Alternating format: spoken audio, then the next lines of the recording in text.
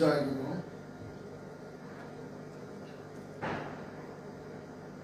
ইয়া হাইয়ুল কাইয়্যুম, ইয়া কুদ্দুসুল সিররুল আজিজ, ইয়া গাউসুল আযম গাউসে পাক, বাল ইনদা রাব্বিহিম ইয়ারজাকুন, আলী আলী মৌলা বাবা বেদ ওয়ারসি আল জাহাঙ্গীর আল সুরেশ্বরী अलैहिस्सलातु वस्सलाम, मदद फरमा, मदद फरमा, मदद फरमा।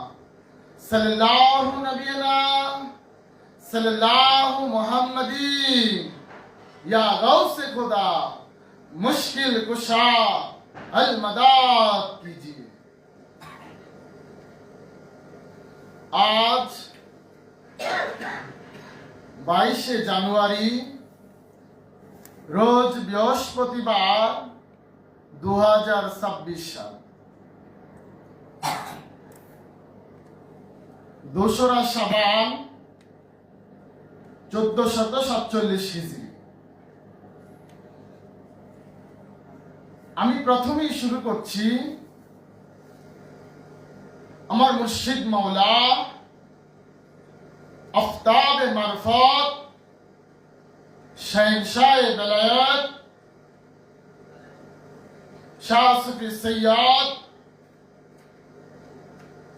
बाबा बेगम ওয়ারসি আল জাহাঙ্গীরের নূরময় কদম পাকে ভক্তি এবং চুম্বন রেখে পীর ও মুর্শিদ কিবলায়ে কাবা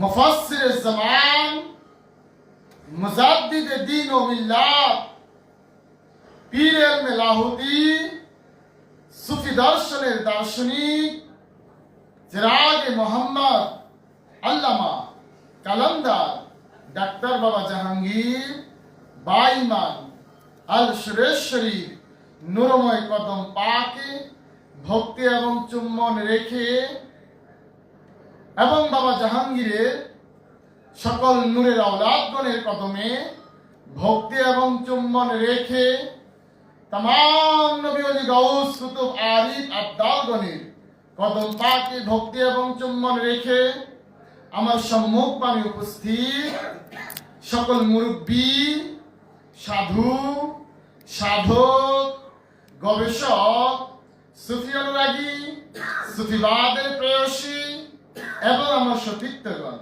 সকলের প্রতি আমার আন্তরিক ভক্তি এবং ভালোবাসা রেখে আমি অধম, না খানদার, না লায়েক এবং না চিজ আমার মাওলার দয়ার বরকতে আপনাদের খেদমতের জন্য কিছু বলার জন্য দাঁড়িয়েছি।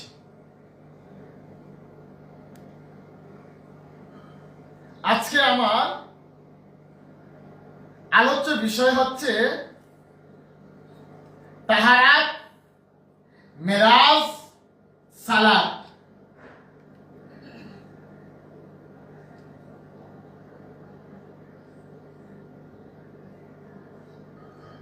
কেননা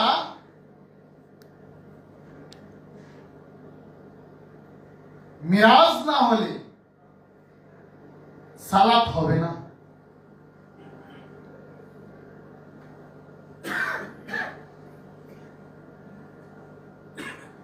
আর সালাত করতে গেলে অথবা মেরাজ করতে গেলে শর্ত হলো তাহার পবিত্রতা। আমরা জানি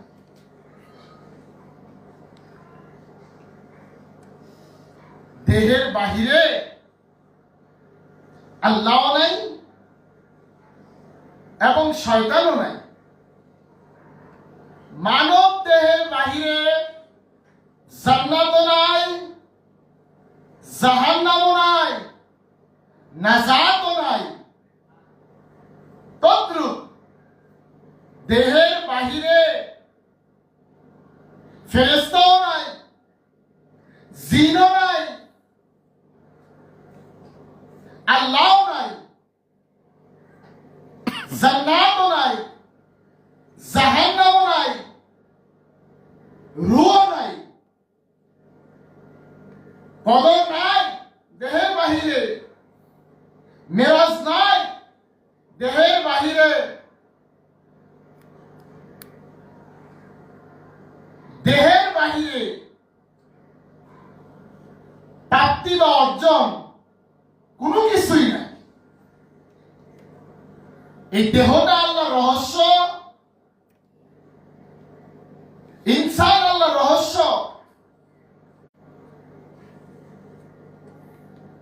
তাহলে এই দেহের বাহিরে যারা আল্লাহ রসুল খুঁজে তারা বোকা, তারা বিপজ্জনক। এবং এই দেহের বাহিরে পবিত্রতাও নাই। দেহের বাহিরে আমরা যা দেখি তা হচ্ছে মহাশূন্য। দেহের বাহিরে মহাশূন্য। তো আপনাকে আমাকে খুঁজতে হবে দেহের ভিতরে। আমার বিষয়টা বুঝছেন? আপনাকে আমাকে সত্য খুঁজতে হবে দেহের ভিতরে। যাহা আছে বিশ্ব ব্রহ্মাণ্ডে তাহা আছে মানব দেহে। বাবা নজরুল বলতেছে, আমাদের জাতীয় কবি বলতেছে, তোমাতে রয়েছে সকল কিতাব, সকল কালের জ্ঞান, সকল শাস্ত্র খুঁজে পাবে সখা, খুলে দেখো নিজ প্রাণ। তোমার হৃদয় বিশ্ব দেউল, সকল দেবতা। এখানে এসে ঈসা মুসা পেল সত্যের পরিচয়। হাসিতেছেন তিনি অমৃত হিয়ায়, নিভৃত অন্তরালে। দোকানে কেন দর কষাকষি, পথে ফোটে তাজা ফুল। মসজিদে মন্দিরে গিজায় হৃদয়।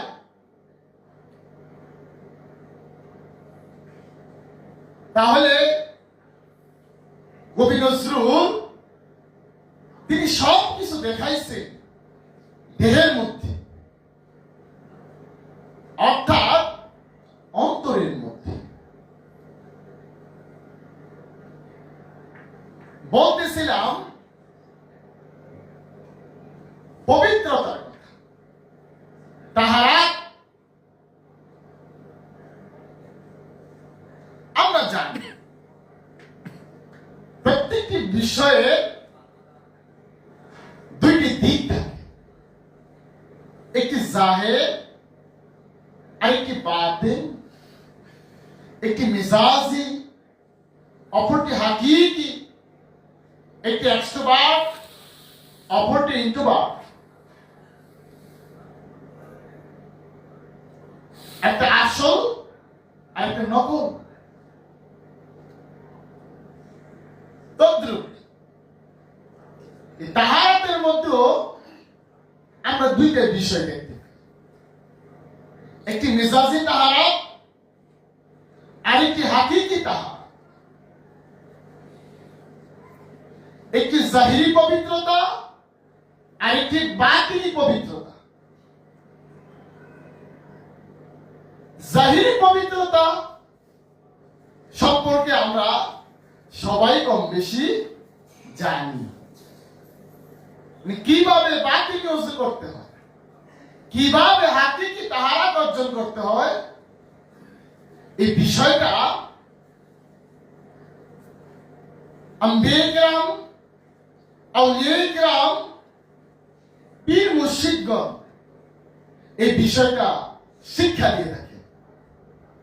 এই শিক্ষাটির নাম হলো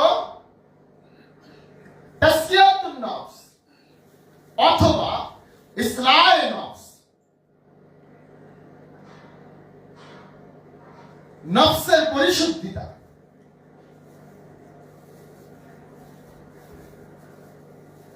অথবা কিন্তু আত্মশুদ্ধি।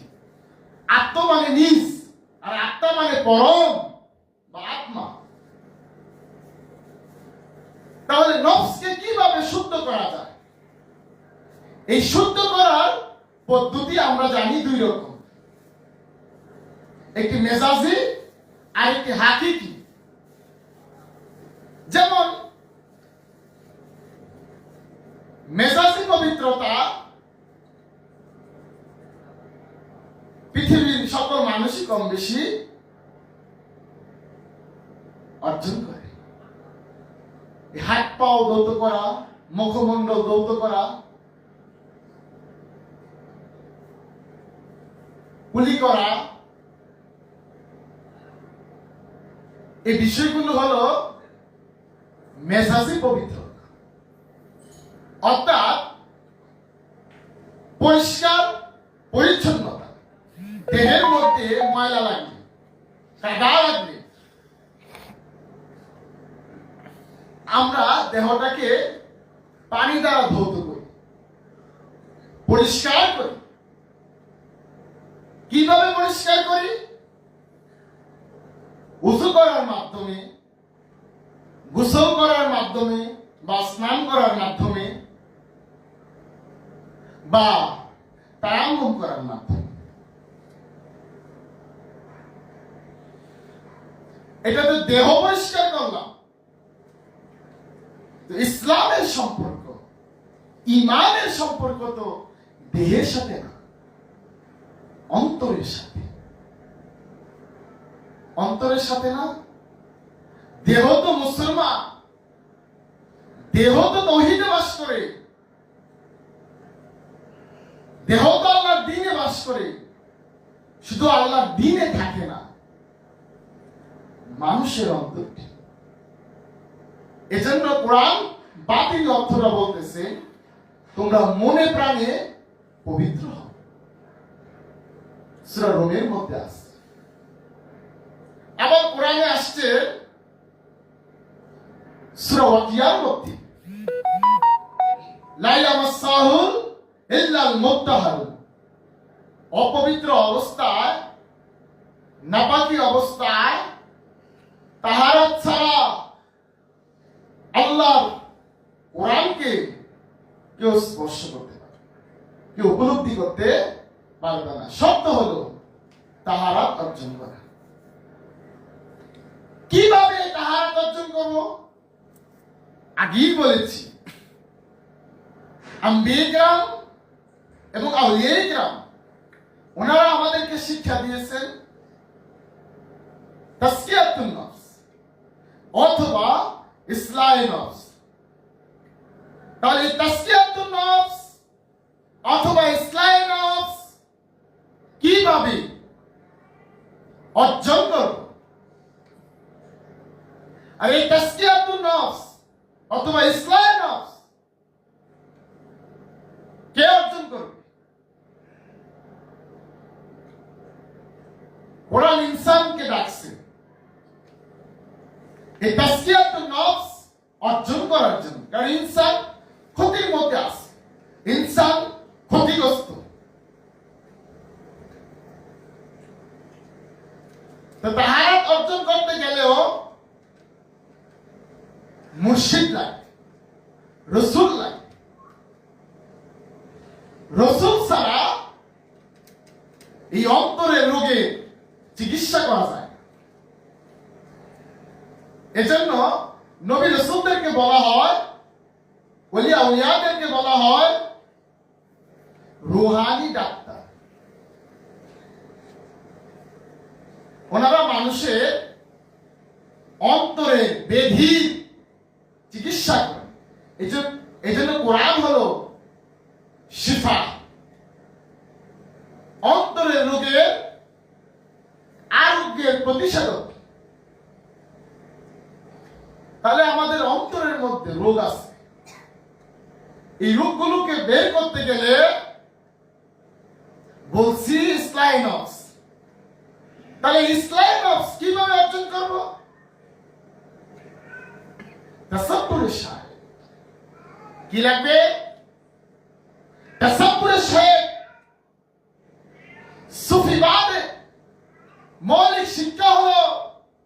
তাসকিয়াতুন নফস, তাসাব্বুরে শাইখ। এই তাসাব্বুরে শাইখের মাধ্যমে নফস তাসকিয়া হবে। নফসকে তাসকিয়া করার একটাই ব্যবস্থাপত্র, সেটা হলো তাসাব্বুরে শাইখ, আপন রাসূলের ধ্যান করা, আপন মুর্শিদের ধ্যান করা। মুর্শিদের ধ্যান না করলে, রাসূলের ধ্যান না করলে নফস তাসকিয়া হবে না, শুদ্ধ হবে না, শান্ত হবে না, পরিশুদ্ধ হবে না।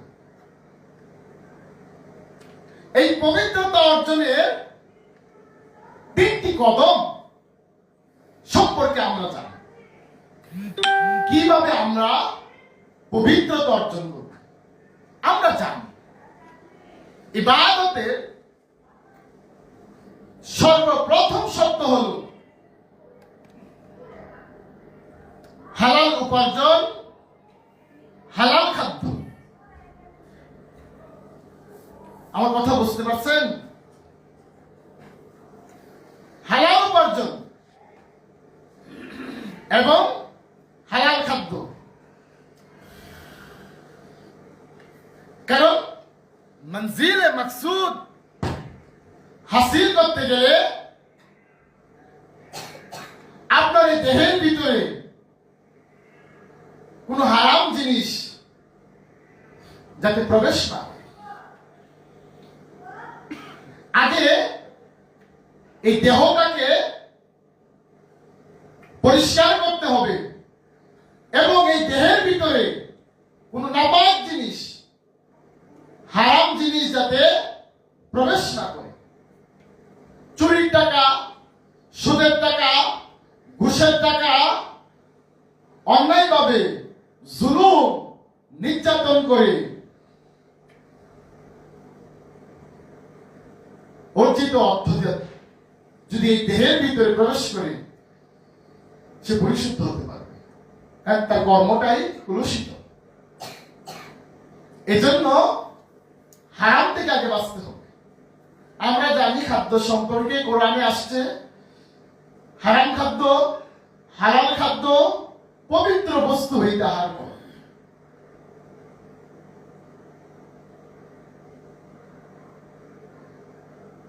এই হারাম খাদ্যের বর্ণনা কোরআনে আছে, কারণ কোরআনে হালালের বর্ণনা থাকে না। অনেক কিছু হালাল, এগুলো তো বর্ণনা থাকবে না। যে বিষয়গুলো হারাম করা হয়েছে, কতগুলো জিনিস সীমা নির্ধারণ করছে, এগুলোর বর্ণনা কোরআনে আছে বিশদভাবে। একজন সাধক তিনি তো হারাম ত্যাগ করবেনই, হালালের মধ্যে যেগুলো পবিত্র এগুলো তিনি গ্রহণ করবেন। যেমন মাছ, মাংস, ডিম এগুলো হালাল, কিন্তু একজন সাধকের জন্য সাধনা অবস্থায় মাছ, মাংস, ডিম নিষেধ। বুঝছেন? তো কোরআন বলতেছে পবিত্র বস্তু হইতে আহার করার জন্য। বাবা রাসূলুল্লাহ সাল্লাল্লাহু আলাইহি তার উপদেশের মধ্যে তিনি বলতেছেন ওনার মুরিদদেরকে, সাধকদেরকে উনি বলতেছেন, তোমরা কবুতরের ন্যায় খুঁটিয়ে খুঁটিয়ে খাও। কবুতর যা পায় তা খায় না। কবুতর স্নেহ জাতীয় পদার্থ, উৎকৃষ্ট বস্তুগুলো টোকায় টোকায় খায়, সব খাবার সে খায় না। একজন সাধক তার সামনে যা পড়বে সে তা খায় না, সে একটু বিচার বিশ্লেষণ করে খায়। কারণ সাধকের কাজই বিচার বিশ্লেষণ করা এবং শুদ্ধতার দিকে অগ্রসর হওয়া। তাহলে পবিত্রতার প্রথম পদক্ষেপ হলো হালাল খাদ্য, হালাল উপার্জন। এটা পবিত্রতার দ্বিতীয় কদম হলো আমাদের যে পঞ্চ ইন্দ্রিয় আছে মানুষের দেহের মধ্যে, এই পঞ্চ ইন্দ্রিয় পবিত্র করা, অর্থাৎ দৃষ্টিভঙ্গিকে পরিশুদ্ধ করা। পঞ্চ ইন্দ্রিয়, কর্ণ শ্রবণ ইন্দ্রিয়, নাসিকা ঘ্রাণ ইন্দ্রিয়, চক্ষু দর্শন ইন্দ্রিয়, জিহ্বা স্বাদ ইন্দ্রিয়, ত্বক স্পর্শ ইন্দ্রিয়। এই ইন্দ্রিয়গুলোকে বলছে পবিত্র করতে। বুঝছেন? প্রথম বলছে হালাল খাদ্য, হালাল উপার্জন। দ্বিতীয়ত বলছে ইন্দ্রিয় সমূহ পবিত্র করতে। পবিত্রতার তৃতীয় কদম হলো পবিত্রতা অর্জনে মানুষের অন্তরের মধ্যে যে লোভ মোহ আছে, কাম ক্রোধ আছে, হিংসা বিদ্বেষ আছে, এগুলো থেকে বের হয়ে আসে। বুঝছেন? আগে শরীর পাক, তারপরে দৃষ্টিভঙ্গি পাক, তারপরে অন্তর পাক। ধাপে ধাপে আসে, কারণ সব কিছুর মূলেই হলো পবিত্রতা। কারণ আপনি পবিত্র না হলে আপনার আবার আখলাক সুন্দর হবে না, চরিত্র সুন্দর হবে না। সাধক বলতেছেন চরিত্র হলো সাধনার মূল, সুচরিত্র গঠন হইলে ফুটে ফুল। আবার বলতেছেন আল্লাহ পাওয়ার ইচ্ছা থাকলে সৎ স্বভাব বানায়, এবার চিত্তশুদ্ধি হইলে পরে ডেকে বলবে কি লাগবে তোমার।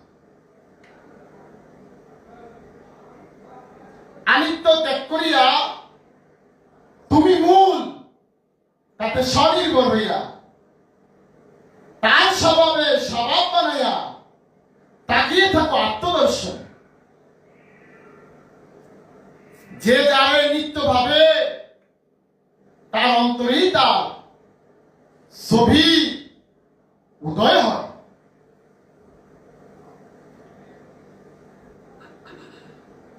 তাহলে চরিত্র এমন এক জিনিস, এটাকে গঠন করতে হবে। চরিত্র বহু বছর, এই জন্য আখলাককে গুরুত্ব দেওয়া হয়েছে। এই আখলাককে বলছে পরিশুদ্ধ করতে, পবিত্র করতে। আল্লাহ ভালোবাসেন উত্তম আখলাকের যে অধিকারী, যে চরিত্র সংশোধন করে আল্লাহ তাকে ভালোবাসেন। চরিত্র সংশোধন করতে গেলে আপনার আমার দৃষ্টিভঙ্গি আগে বদলাতে হবে। কারণ একজনের দৃষ্টি থাকে মাওলার প্রতি, আরেকজনের দৃষ্টি থাকে দুনিয়ার প্রতি। তো যার দৃষ্টি দুনিয়ার দিকে, তার তো কোনো চরিত্র নাই।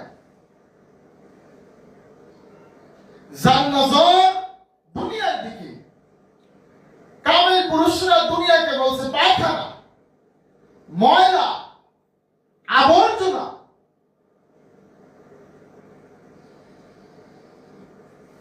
সাধক বলতেছেন রাজা বাদশাহ পায় না তোমার, কুস্বভাবের কারণে দুনিয়ার দল বিষ্ঠা বস্তু ধরে রাখতে চায় এই ভবনে। মণিমাণিক্য দুনিয়ার ধন, এসব শুধু অশান্তির কারণ। সংযমে থেকে করো সাধন, শান্তিতে থাকবে জীবনে।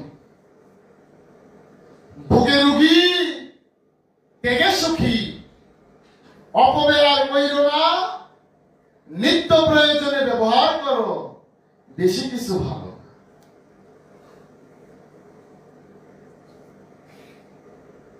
তাহলে সাধনার মূলই হলো চরিত্র, আর এই চরিত্রকে গঠন করতে হবে কার আকলে? রসুলের আকলে। উনি হচ্ছেন উসওয়াতুল হাসানাহ, খুলুকুল আযীম, উত্তম আদর্শ। কারণ তিনি আল্লাহর চরিত্র, আল্লাহর স্বভাব। এজন্য রসূল আল্লাহর চরিত্র, আল্লাহর স্বভাব। তিনি আসছেন উম্মতকে মেরাজ করাইতে।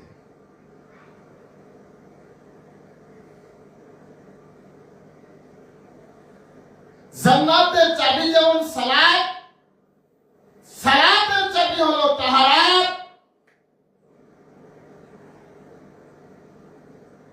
তো সালাতে দাঁড়াইতে হলে তাহারাত। আপনি পবিত্র হইলেন মানে আপনার ইফতার হলো। ইফতার শব্দের অর্থ হলো আত্মশুদ্ধি। এই পবিত্রতার প্রথম অবস্থাই হলো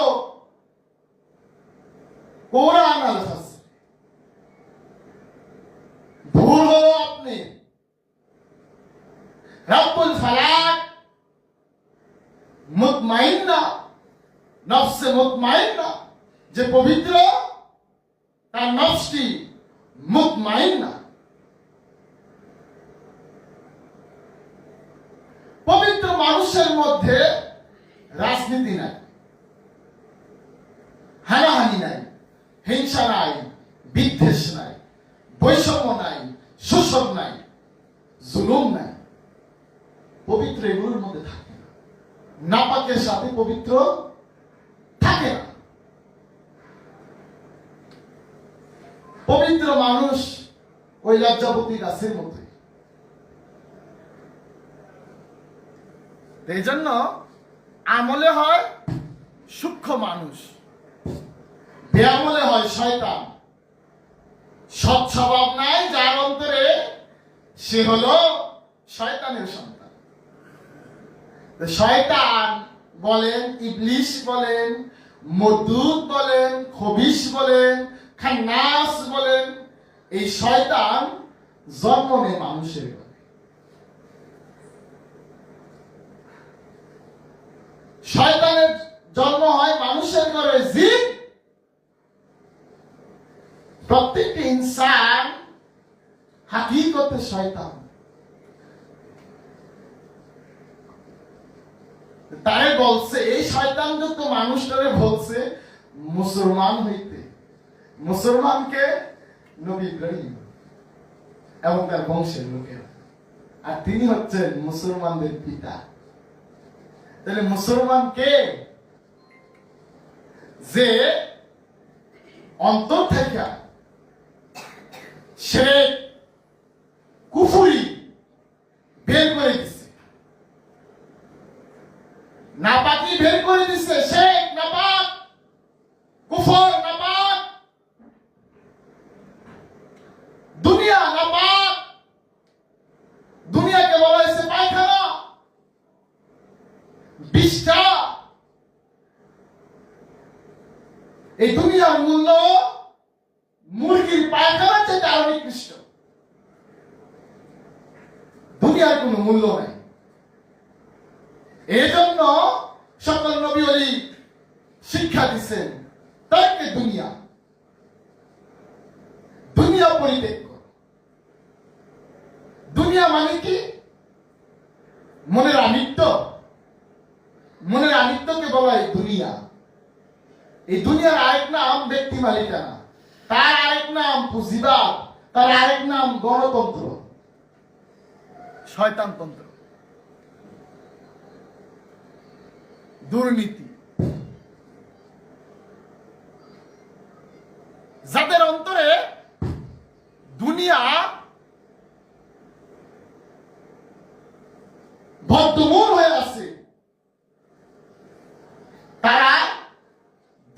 গান পায় না, দিনে খুশবু পায় না, জান্নাতের খুশবু পায় না। কারণ এরা দুনিয়াতে নিমজ্জিত। এজন্য দুনিয়াদার মানুষ, বদ্ধ উন্মাদ, মাতাল, এরা যা করে সব লোক দেখা। এখন পবিত্র হয়ে বলছে সালাতে আসার জন্য, বুঝছেন? এখন আমরা কি করি? মনে প্রাণে পবিত্র না হই আমরা মুমিন সাইজা বৈশা গেছি।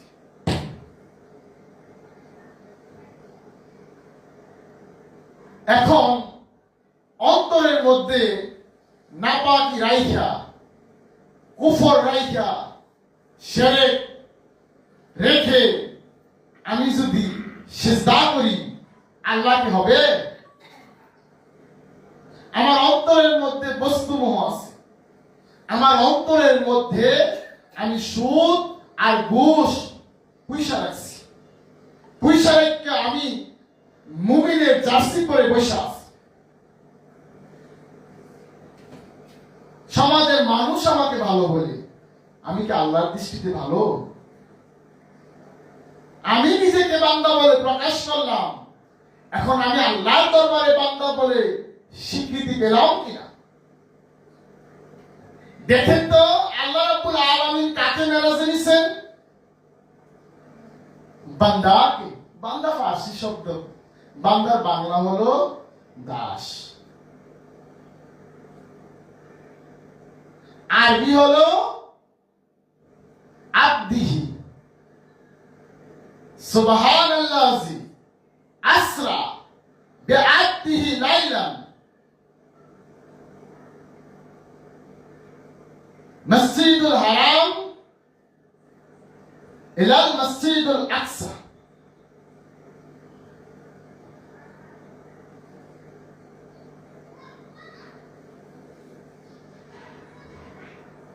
সুবহানাল্লাহ। সমস্ত প্রশংসা বা সমান সত্তা যিনি তার আব্দিকে, তার দাসকে রজনী যুগে ভ্রমণ করাইছেন মসজিদুল হারাম থেকে মসজিদুল আকসা পর্যন্ত। তাহলে এই আয়াতের মধ্যে বলা হয়েছে বিআসরা আব্দিহি, বলা হয় নাই বিআসরা নবীহি, বিআসরা মুরসালিন, বিআসরা আব্দি, বিআসরা আম্বিয়া, বিআসরা রাসূলুন বলা হয় না, বিআসরা মুহাম্মদ বলা হয় না। সমগ্র কোরআনের মধ্যে মুহাম্মদ শব্দটি আসতে চারবার। নবীকেও মেরাজে নেন নাই, রাসূলকেও নেন নাই, মুহাম্মদকেও নেন নাই। এখানে মুসলিম বলে নাই, মুমিন বলে নাই, মুহসিনিন বলে নাই, মুত্তাকি বলে নাই, আউলিয়াও বলে নাই, শুধু বলছে আব্দিকে। আব্দিকে বাবা জাহাঙ্গীর বলতেছে বেলায়েতের মাকাম থেকে, নবুয়তের মাকাম থেকে, রিসালাতের মাকাম থেকে উন্নত মাকাম হলো আব্দিয়াতের মাকাম। এই আব্দিয়াতের মাকামটা হলো অর্জন। রিসালাত দান, নবুয়ত দান, ইমামত দান, খেলাফত দান, এগুলো দান করা হয়।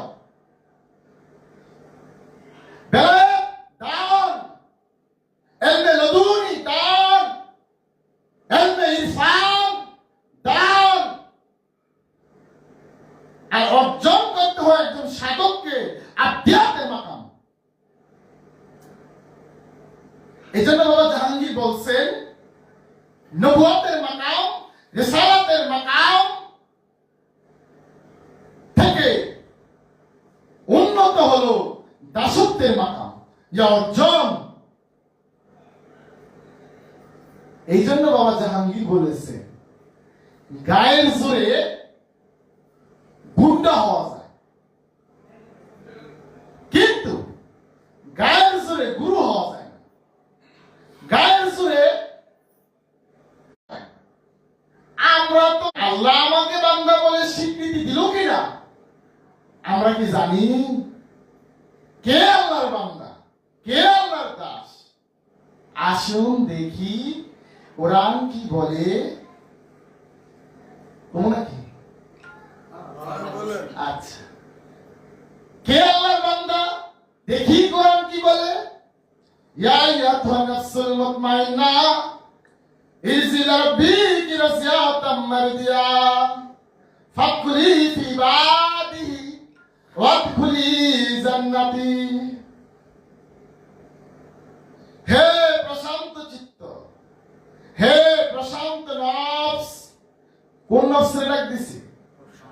প্রশান্ত, যে শান্ত হয়ে গেছে। জো মেরা তিন ফাস্তাওয়া, যিনি নিজেকে দেখিয়ে আছেন তিনি স্থির হয়ে গেছেন। যে শান্ত সে কি স্থির না অস্থির? হ্যাঁ, এর আগে কিন্তু নফসে আম্মারা থেকে পার হয়ে নফসে লওয়ামাতে আসছে। নফসে লওয়ামার মধ্যে যখন কিয়ামত হয়েছে তখন সে মুতমাইন্নাতে প্রবেশ করছে। এই নফসে মুতমাইন্নার অধিকারী যিনি, যিনি প্রশান্ত নফসের অধিকারী, তার প্রতি রব সন্তুষ্ট। তিনি ও রবের প্রতি সন্তুষ্ট। রাজিয়া এবং মার্জিয়া। রাজিয়া মানে নিজের প্রতি সে রাজি, যে নিজের নফসের উপরে সন্তুষ্ট হয়ে গেছে, রব তার উপরে সন্তুষ্ট হয়ে গেছে। তখন রব তাকে বান্দা বলে স্বীকৃতি দিছে। এই স্বীকৃতি দেহের বাইরে থেকে আসে না, এই স্বীকৃতি অন্তর থেকে আসে। এই স্বীকৃতি অন্তর থেকে আসে। তুমি আমার বান্দা, তোমাকে আমি দাস বলে স্বীকার করলাম। এখানে ফাআলা রাব্বুকুম উদুনি আস্তাজিব লাকুম।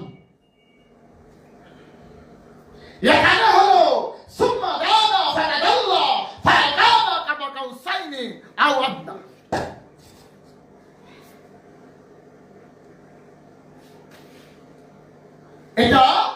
এটা সত্যের মাকাম, একজন সাধকের অর্জন। এই অর্জন কাউকে দান করা যায় না।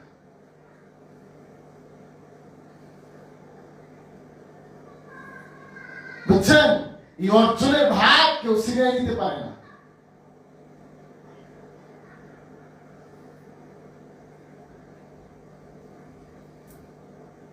বুঝছেন? জায়গা সম্পদের ভাগ বন্টন করে নিতে পারে, কিন্তু অর্জনের ভাগ কেউ ছিনিয়ে নিতে পারে না।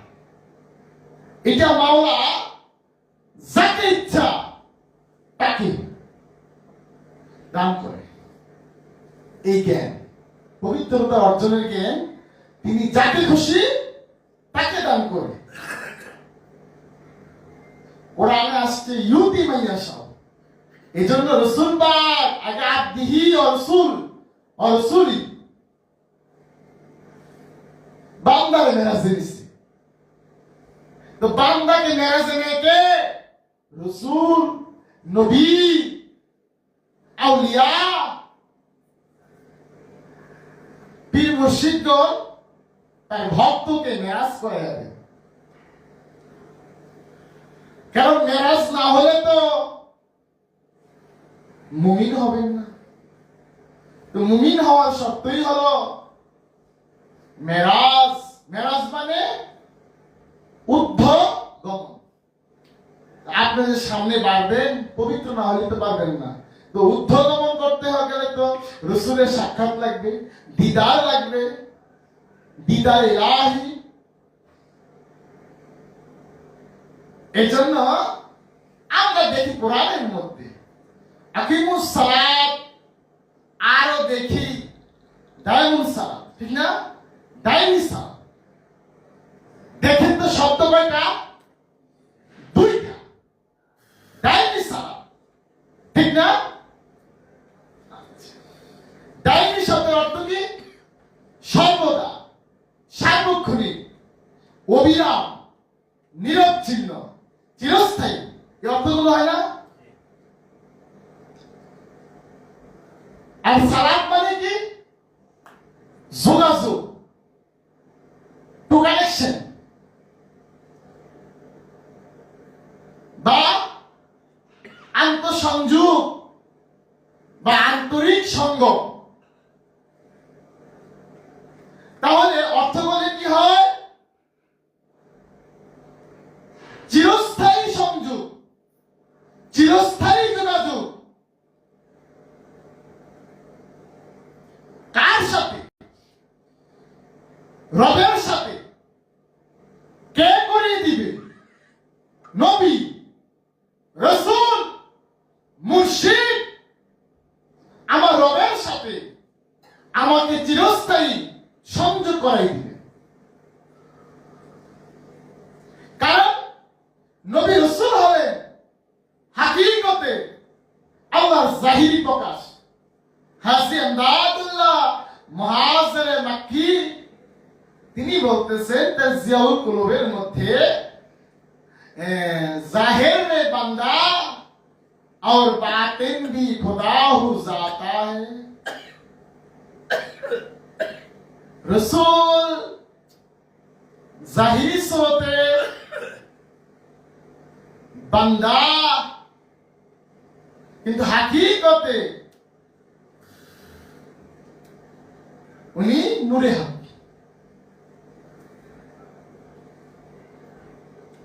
উনি রহমাতুল আলামিন, রব্বুল আলামিন, মুক্তিদাতা। তাহলে বান্দা হওয়া কিন্তু চাকরিখানি কথা না।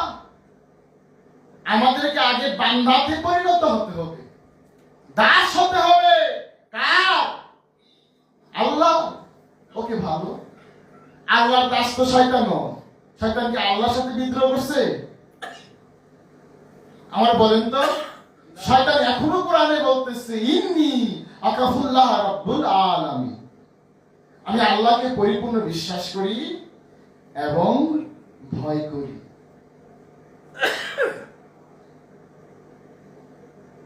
শয়তানের শত্রুতা হলো বনি আদমের সাথে, বুঝছেন? অর্থাৎ একজন কামেল গুরু যারা ভক্ত তাদের পিছে শয়তান লাগে। এদেরকে শয়তান ডান দিক দিয়ে ধোঁকা দেয়, বাম দিক দিয়ে ধোঁকা দেয়, সামনে দিয়া ধোঁকা দেয়, পিছন দিয়া ধোঁকা দেয়। তাহলে আপনি কেমনে চলবেন? শয়তান তো আপনার প্রকাশ্য শত্রু। সে আপনাকে ডান দিক দিয়ে ধোঁকা দেয়, বাম দিক দিয়ে ধোঁকা দেয়, সামনে দিয়ে ধোঁকা দেয়, পিছনে দিয়ে ধোঁকা দেয়। তা আপনি হাঁটবেন কেমনে? চলবেন কেমনে? আসমানের মাথা তুলে? তাহলে দৃষ্টি দিবেন কোথায়? সেদিকে দৃষ্টি দিবেন। শয়তান ধরে লাগিয়ে দিব, এই দৃষ্টিকে বিভ্রম করে দিব। তার কাছে এমন এমন চমক আছে, সে দুনিয়াটা এমন ভাবে সাজাইছে, দেখলেই আমি এমন মোহনীয় করে, এমন মায়া দিয়ে সে দুনিয়াটা সাজাইছে, দেখলেই আপনি। এই জন্য এই দুনিয়া থেকে বের হতে গেলে, শয়তানের চতুর্দিক ধোঁকা থেকে বের হতে গেলে নজর দিতে হবে কামেল মুর্শিদের দিকে, বাবা বেদমার্সির দিকে নিরিখ দিতে হবে। কারণ তিনি শয়তান মুক্ত, জিন মুক্ত। একমাত্র তিনিই পারে এই শয়তানের ধোঁকা থেকে আমাদেরকে বের করে নিতে। তিনি সাজদার মধ্যে আছে, তিনি সালাতে দণ্ডায়মান, তিনি দাইনি সালাতের মধ্যে ডুবে আছেন। তাকে অনুসরণ করলে আপনি শয়তান থেকে নিস্তার পাবেন। আপনার নফস শুদ্ধ থাকবে। কারণ এই নফসকে শুদ্ধ করতে গেলে একজন পবিত্র মানবের ধ্যান করতে হয়, যে মানুষের মধ্যে আল্লাহ রূপ বাসিত, আল্লাহ নূর উদ্ভাসিত, স্বয়ং আল্লাহ রাব্বুল আলামিন উদ্ভাসিত। যে মানুষের মধ্যে পরম, তার দিকে আমাদের নজর দিতে হবে, দৃষ্টি দিতে হবে। কারণ এই কোরআন হলো আত্মার বিজ্ঞান, আর মানুষ হলো আল্লাহর নূর প্রজ্বলিত হওয়ার প্রদীপ। একমাত্র এই মানুষের সিনার মধ্যে আল্লাহর নূর প্রজ্বলিত হয়। আবার এই সিনার মধ্যে শয়তান ওয়াসওয়াসা দেয়। শুধু বলছে আমাদেরকে ওয়াসওয়াসা থেকে বের হতে, বুঝছেন? এই দ্বিধা, দ্বন্দ্ব, সংশয়, সন্দেহ, কুফরি সব অন্তরের মধ্যে। এখন জাগতিক পানি দিয়ে তো শরীর পরিষ্কার করা যায়, তো সিনা পরিষ্কার করবো কি দিয়ে? এই সিনা পরিষ্কার করতে গেলে কামেল মুর্শিদে তালিম নিতে হয়, বাবা জাহাঙ্গীরের তালিম নিতে হবে, মাওলা বাবা বেদ ওয়াসির তালিম নিতে হবে। এই সুফি পীর ফকিরদের খানকায়ে আসতে হবে, তাদের গোলামি করতে হবে। তাদের গোলামি ছাড়া, পীর মুর্শিদের গোলামি ছাড়া এই বিশ্ববিদ্যালয় থেকে ডক্টরেট পিএইচডি অর্জন করলেও শয়তান যাইব না। এই শয়তান খেদাইতে গেলে গোলামি করতে হবে। ফকিরি গোলাম কাহা ইয়ে তাজ তখ্ত, কাহা ইয়ে গোলাম।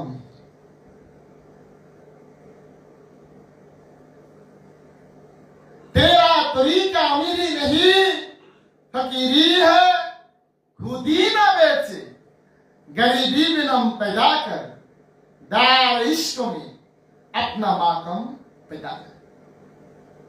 ইকবালের দর্শনটা হলো খুদি তত্ত্ব। কারণ এই খুদির মধ্যে খোদা আছে। খুদি যখন আবির্ভূত হয় তখন রব্বুল আলামিন খোদা তিনি পরিপূর্ণরূপে বিকশিত হয়। লালন বুঝাইছে খাঁচার ভিতরে চিন পাখি, কেউ বুঝাইছেন জীবের মধ্যে পরম, নফসের মধ্যে রূপ বাসিত হয়। এখানে ফ্যাক্ট। এই অঙ্কটা সমাধান হয় তাসাব্বুরের শায়েখ। তাসাব্বুরের শায়েখ ছাড়া পবিত্রতা অর্জন করা যায় না। কারণ গুরুর দিকে যখন আপনি নিরিখ বর্ষক দিবেন, তখন আপনার আমার যত দুষ্টুটি আছে সামনে আসবে। একটি গল্প বলি। হযরত জুন্নুন মিসরি, ওনার আমলে উনি বিরাট বড় কুতুব, আল্লাহর ওলি। তো ওনাকে ওনার শাগির্দরা প্রশ্ন করছে, হে আল্লাহর ওলি, এই জগতের মধ্যে সবচাইতে বড় জ্ঞানী কে? তখন তিনি বললেন, আমি। পুনরায় আবার প্রশ্ন করলেন, এই জগতের মধ্যে সবচাইতে বড় অজ্ঞ মূর্খ কে? তখন তিনি বললেন, আমি। ভক্তরা বললেন সংশয়ে, হে আল্লাহর ওলি, এই ভেদ আমাদেরকে ভেঙে। তখন হযরত জুন্নুন মিসরি বললেন, আমি এজন্য জ্ঞানী, আমি শুধু আমার নিজের দোষ ত্রুটি সম্পর্কে জানি, এর বাইরে আর কিছু আমি জানি না। আমার কোন কোন জায়গায় আমার দোষ আছে, ত্রুটি আছে, ভুল আছে, এইগুলো সম্পর্কে আমি অবগত, এগুলো সম্পর্কে আমার জ্ঞান হচ্ছে, আমি জানি এগুলো আমার ভুল ত্রুটি। আর আমি অজ্ঞ এজন্য কোন মানুষ সম্পর্কে আমার জ্ঞান নাই।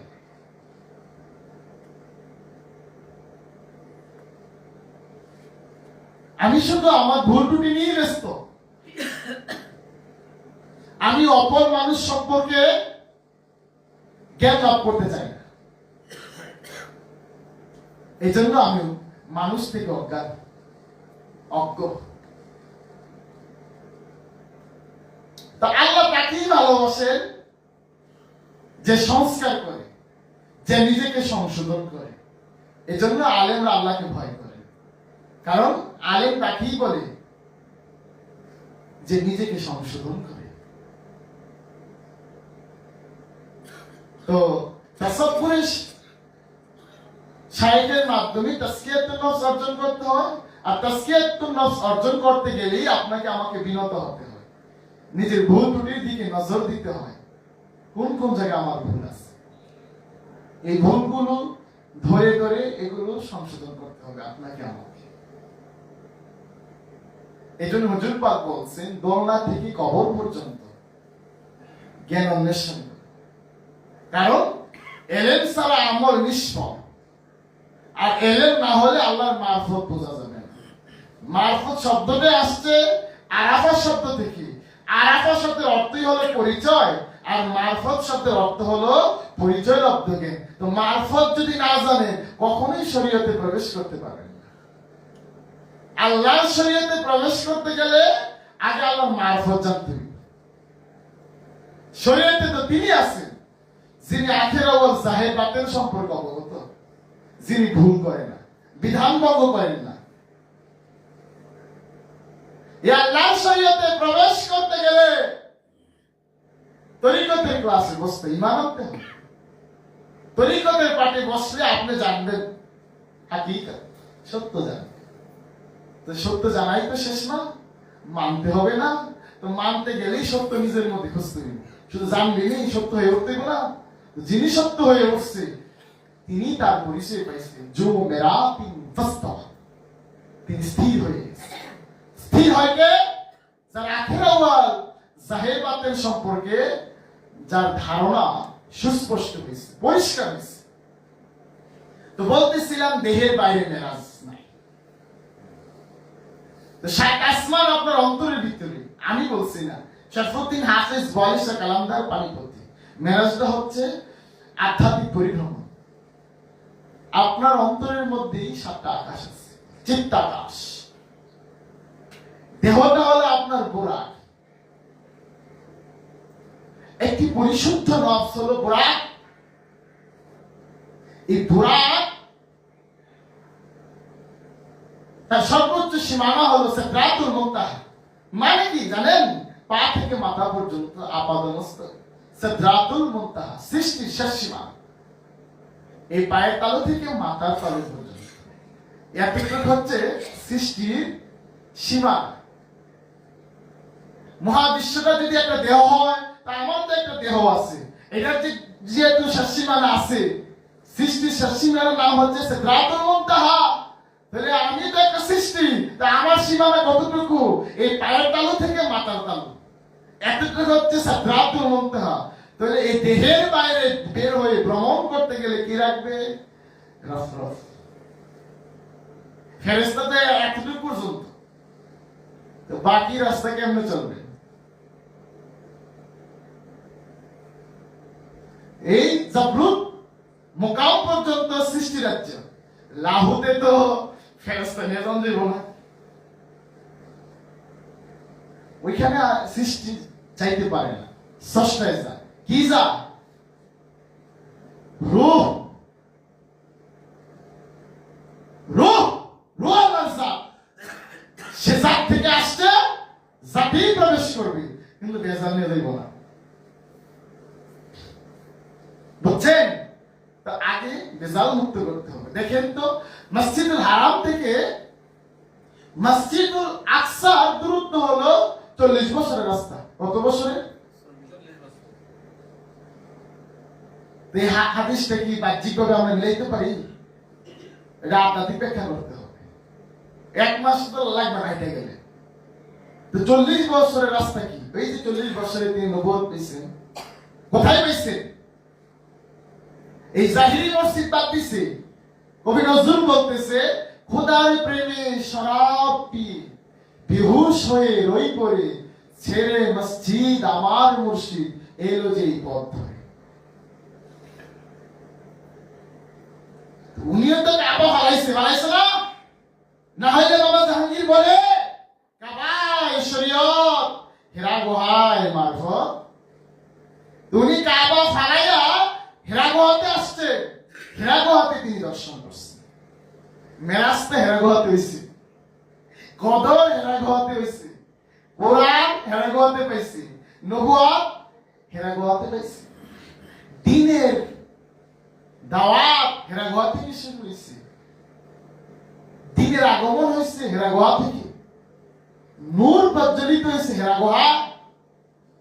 ওই হেরা গুহাটা হলো মেজাজি, আর মানুষের একজন পরিশুদ্ধ যিনি নফসের অধিকারী, খান্নাস মুক্ত নফসের যিনি অধিকারী, তিনি হচ্ছেন জীবন্ত হেরা গুহা। এটা জীবন্ত কাহাফ। এই কাহাফের মধ্যে সূর্য উদয় হয়। তখন এই অন্তর থেকে যখন অজ্ঞতা, কুফরি, শিরকের পর্দা মুর্শিদের জ্ঞানে ম্লান হয়ে যাবে, নাই হয়ে যাবে, কেটে যাবে, তখন ভুল হবে। তখন দ্বীনের উদয় হবে। এজন্য এই বিষয়টা খুবই গুরুত্বপূর্ণ। আল্লাহ যাকে ইচ্ছা তাকে দান করে। এই জন্য কোরআনে আছে আল্লাহ জীবিত থেকে মৃতকে বের করে আনে, আবার মৃত থেকে জীবিতকে বের করে আনে। যেমন আমরা ইতিহাসে দেখতে পাই হযরত ইব্রাহিম আলাইহিস সালাম, মুসলমানদের পিতা নবী না, তার যে পিতা তারিক নাকি আসর, উনি কি নবী? উনি ছিলেন মূর্তি বানানোর কারিগর। তাহলে ইব্রাহিমকে আল্লাহ বের করছেন মৃত থেকে।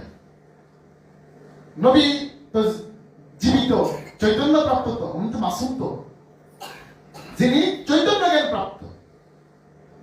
আবার দেখেন হযরত নূহ আলাইহিস সালাম কি? হযরত নূহ আলাইহিস সালাম জীবিত, তার ঘর থেকে বের হইল কেনান মৃত। বুঝছেন? নবী ঘরে জন্ম নিলি নবী হয় না, ওলির ঘরে জন্ম নিলি ওলি হয় না। যাকে ইচ্ছা তাকে রব্বুল আলামিন মনোনীত করে।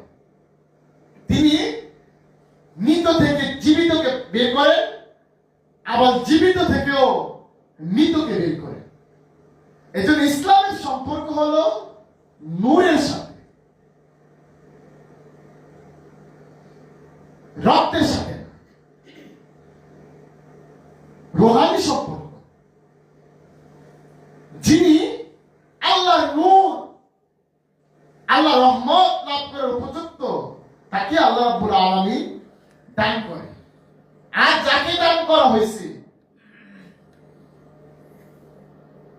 তাকেই মানতে হবে, কারণ এটা তার প্রাপ্তি, তার অর্জন। এই জন্য বয়সের বিচার করলে হবে না, অর্জন এবং যোগ্যতারই স্বীকৃতি দিতে হবে। কারণ বেলায়েতে যিনি শ্রেষ্ঠ, মর্যাদা, সম্মানতা, বুঝছেন? এই জন্য ইসুফ আলাইহিস সালাম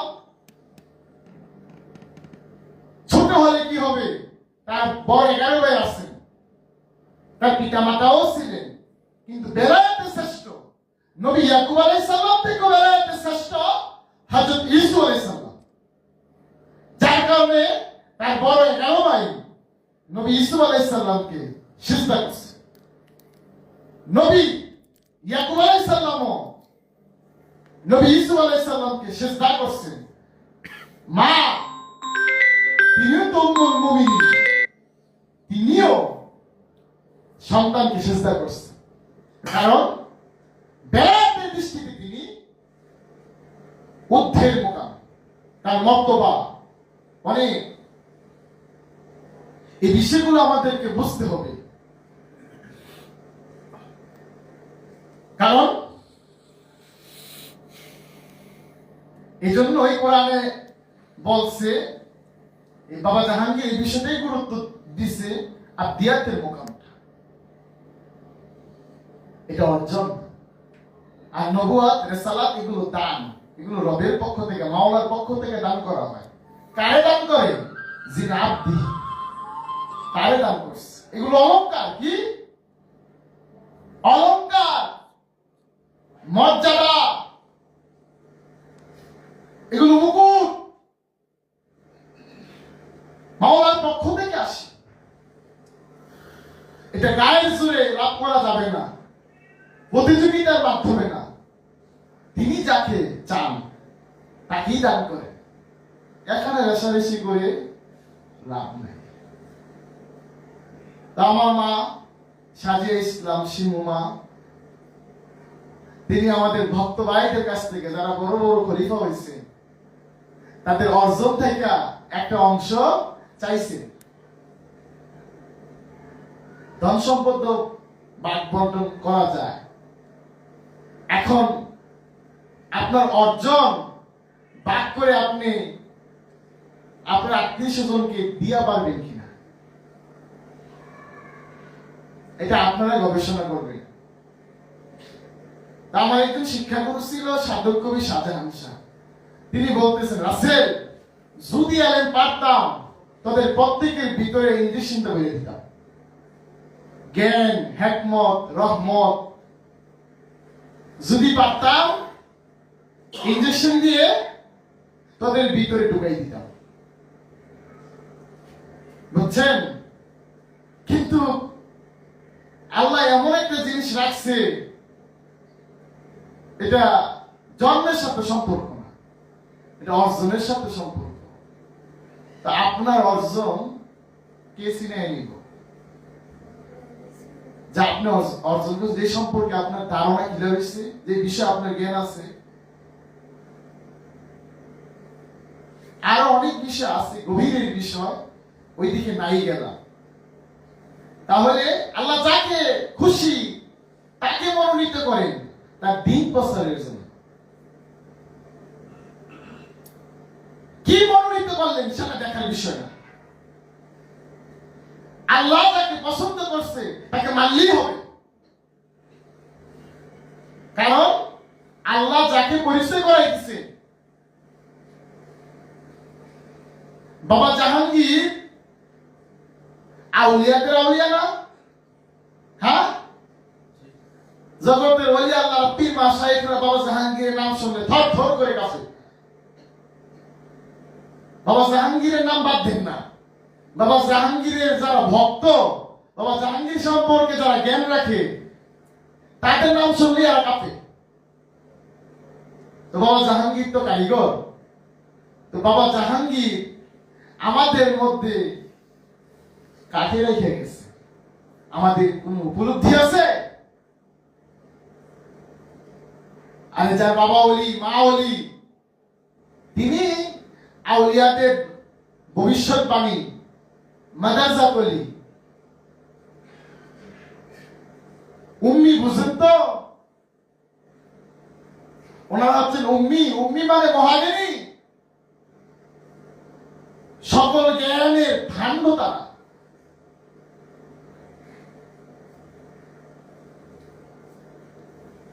কোরআনুল কারীমের মা, কোরআনুল হাকিমের মা, কোরআনুল মুবিনের মা,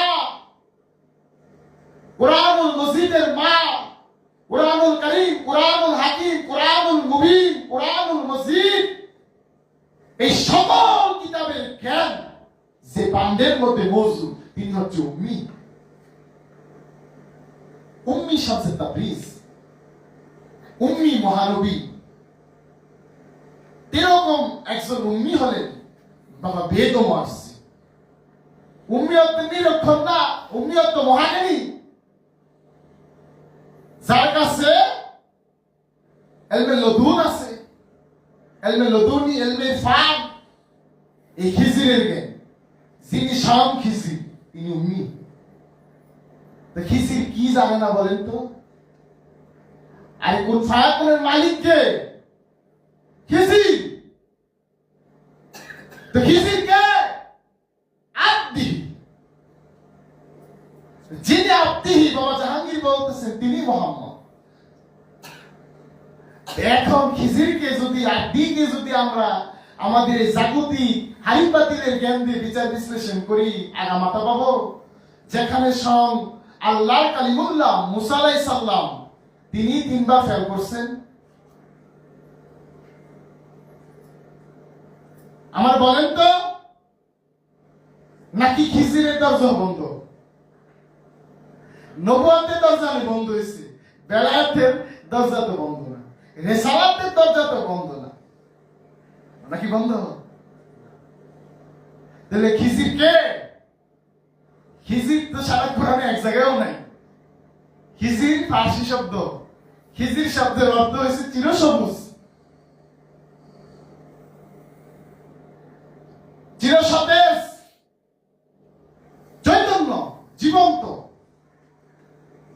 যার বর্ণ ম্লান হয় না, যার পরিবেশে আসলে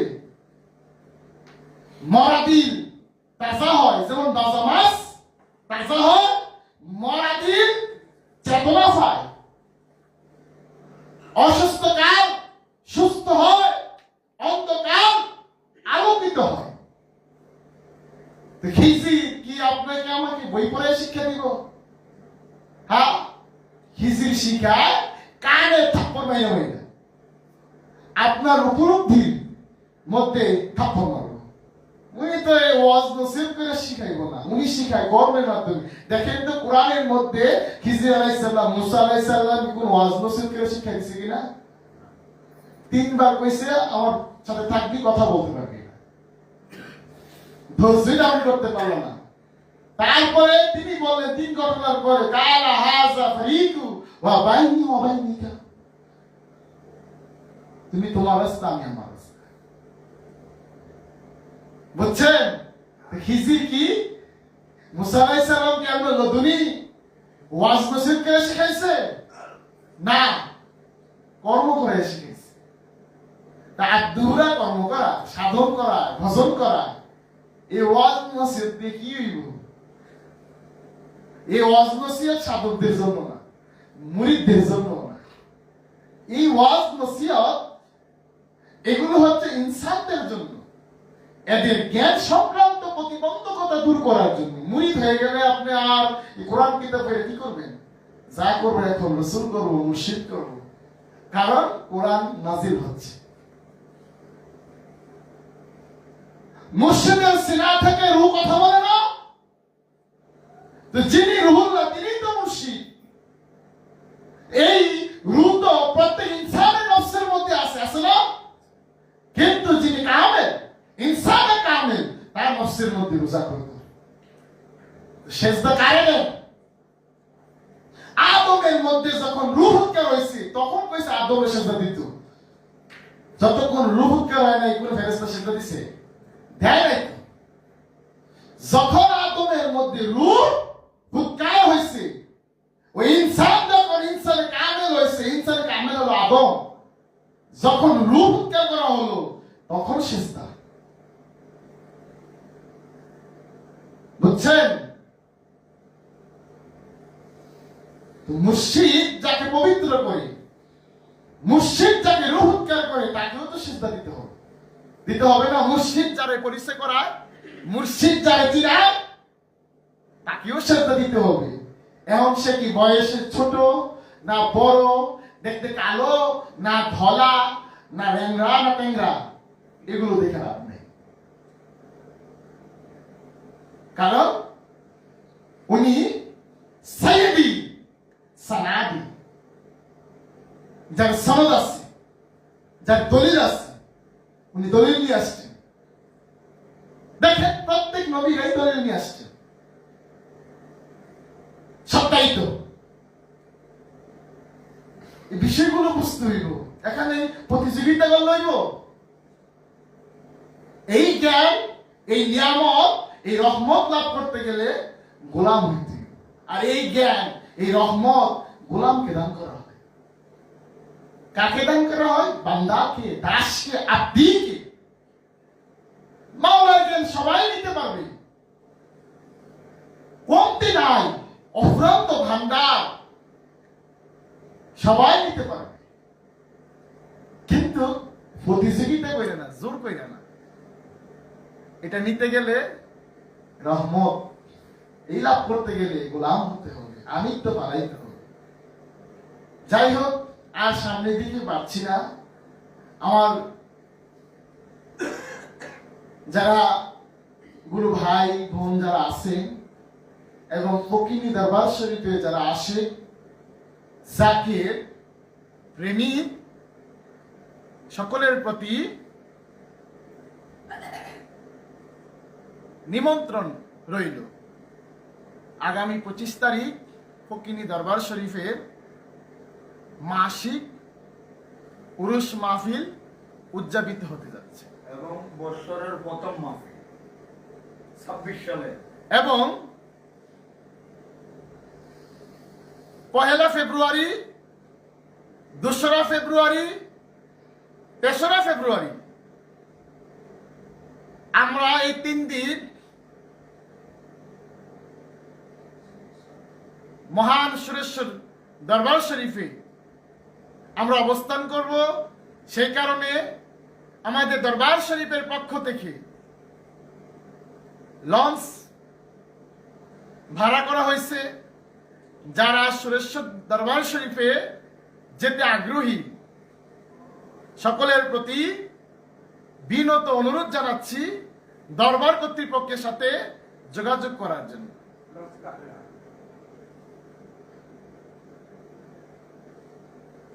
কারণ আমরা যাব মুর্শিদের বাড়িতে, ওইখানেও আমাদের অনেক শিক্ষা আছে। এই বিষয়গুলো আমাদেরকে বুঝতে হবে, উপলব্ধি করতে হবে। যাই হোক, আমার যদি কোনো আলোচনায় কোথাও কোনো ভুল হয় বা কার যদি কোনো মনে আঘাত বা কষ্ট লাগে, সকলের প্রতি আমি বিনতভাবে ক্ষমা চেয়ে গেলাম। আমাকে ক্ষমা সুন্দর দৃষ্টিতে দেখবেন। জয় গুরু।